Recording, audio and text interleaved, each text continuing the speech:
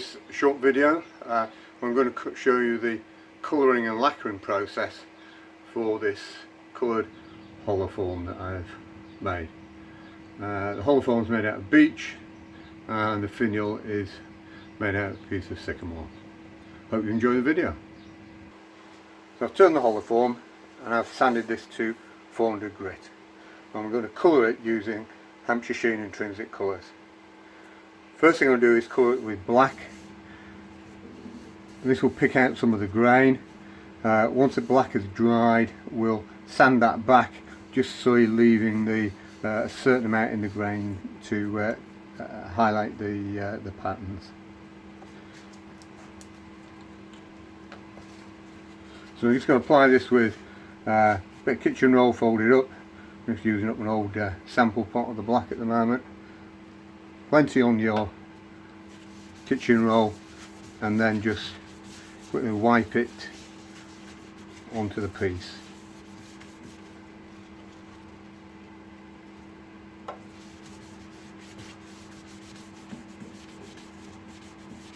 I've now sanded back the black colouring, so it's now only left in certain areas of the grain, and when we have the other colours, these will get highlighted by the other colours. So I'm going to use again some Hampshire Sheen intrinsic colours, forest green, pear green, and then I'm going to use honey to do some highlights. So we'll start off by putting on the darker of the colours, which is the forest green. Again, just using kitchen roll.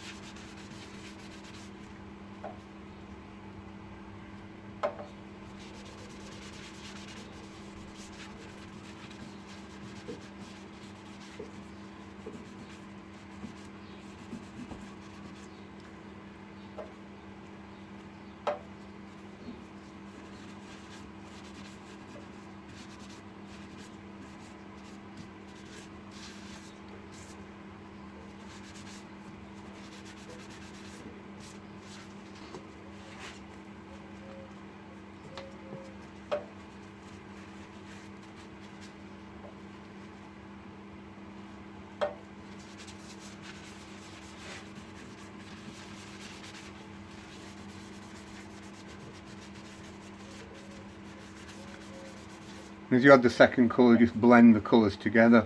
Don't worry if it looks a bit sort of faint in areas. We'll be putting 2 coats on at least. So you can always go back later if an area doesn't have enough colour on, or you wish to change it slightly.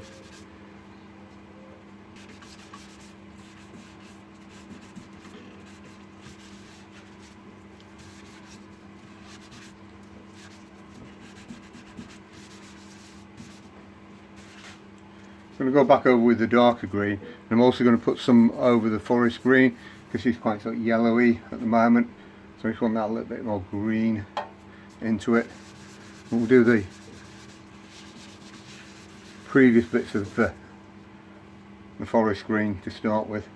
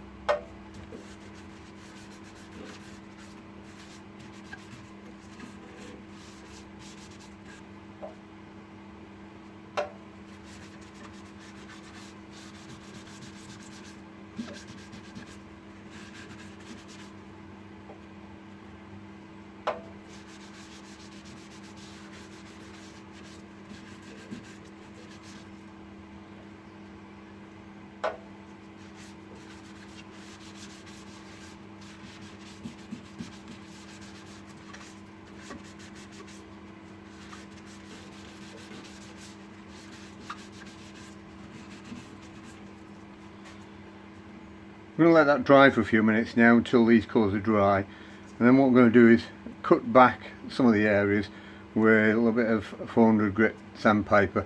Some of the areas like here where you can see some of the grain features, another piece down here, we'll sand those back slightly and then use the honey colour to highlight them. So now that the colours have dried a bit, take a small piece of 400 grit sandpaper, put it in your finger, and what we're just going to do is just lightly rub on some of these areas here. Try rubbing the direction that you can see the grain or the feature that you want to highlight.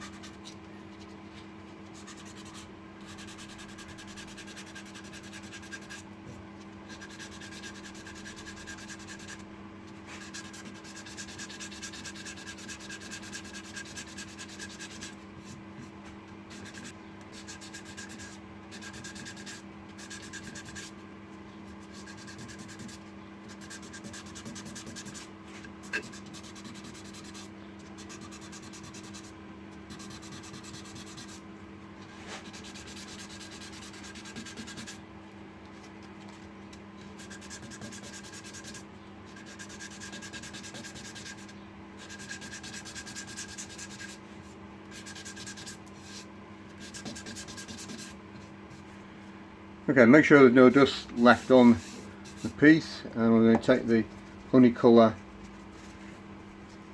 and put some small amounts on the areas that we've sanded back.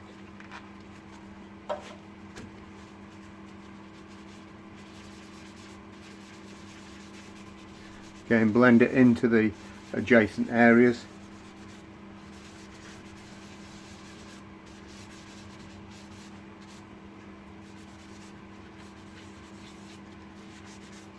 And you begin to see how the those areas now start to stand out.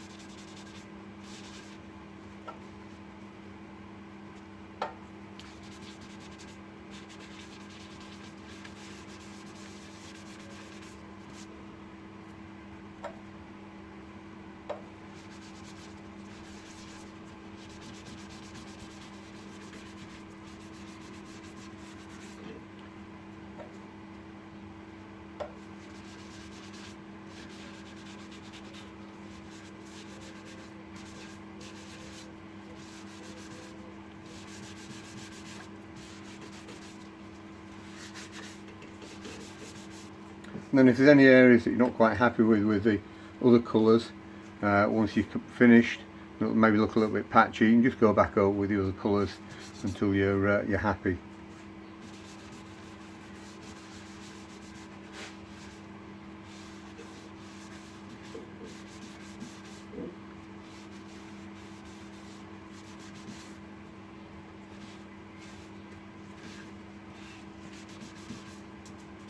That then needs to be left to dry thoroughly before we put sanding sealer on there.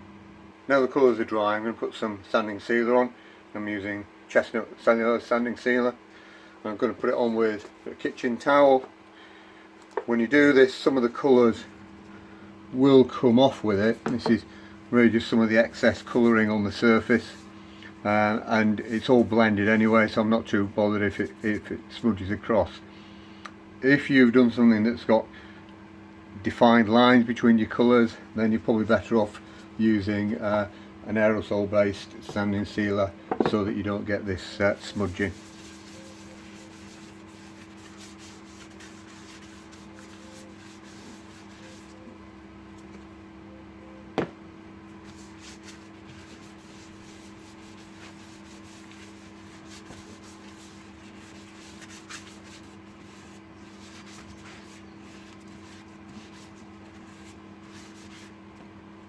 Once you put the sanding sealer on, you need to let that dry thoroughly before we go to the next stage of applying a lacquer.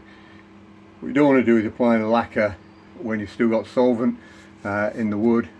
as that can come up underneath the lacquer and potentially lift the lacquer off the wood and break the bond.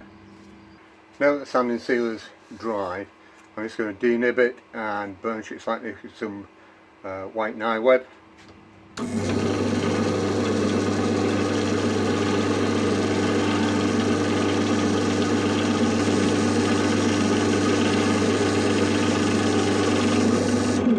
And now we're ready to start applying the lacquer. I'm using chestnut melamine gloss lacquer on this piece. I've put some masking tape around the chuck so we don't end up spraying lacquer on the chuck. When you're using lacquer, start spraying off the piece, go across and finish off the piece. I tend to put thin coats on, so just partial pressure on the aerosol. I find it better to put several thin coats on rather than trying to get it on too thick. When you're using lacquer, make sure you're in a well ventilated area and wear a vapour mask such as this so you're not inhaling the fumes.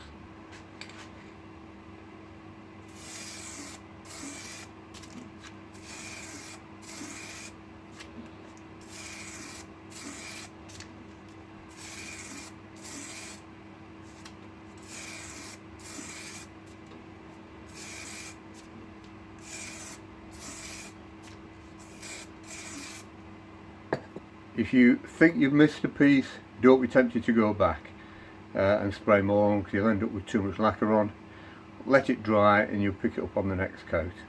First two coats of lacquer are now dry, so what I'm going to do is cut this back with some yellow nye web, so we just denib it and get rid of any slight runs or anything like that you've got on the lacquer.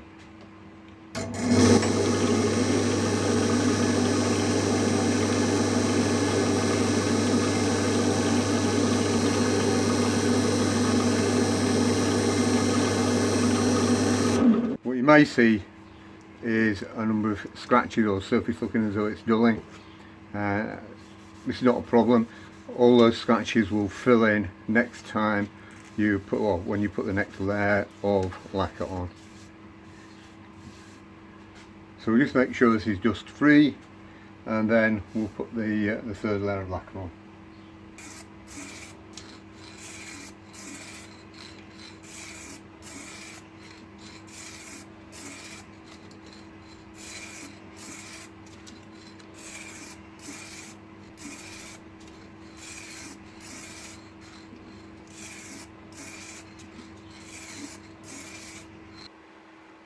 This has now had 4 coats of the melamine lacquer.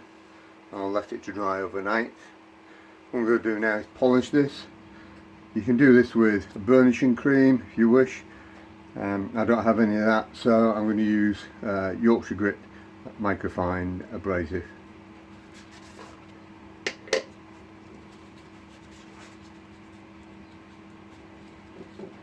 Just apply the abrasive or cream onto the piece, and then when you're actually burnishing this, don't apply too much pressure. You don't want to get too much heat into the lacquer, as you may start to damage it. But to have a couple of goes with it at a slightly lighter pressure.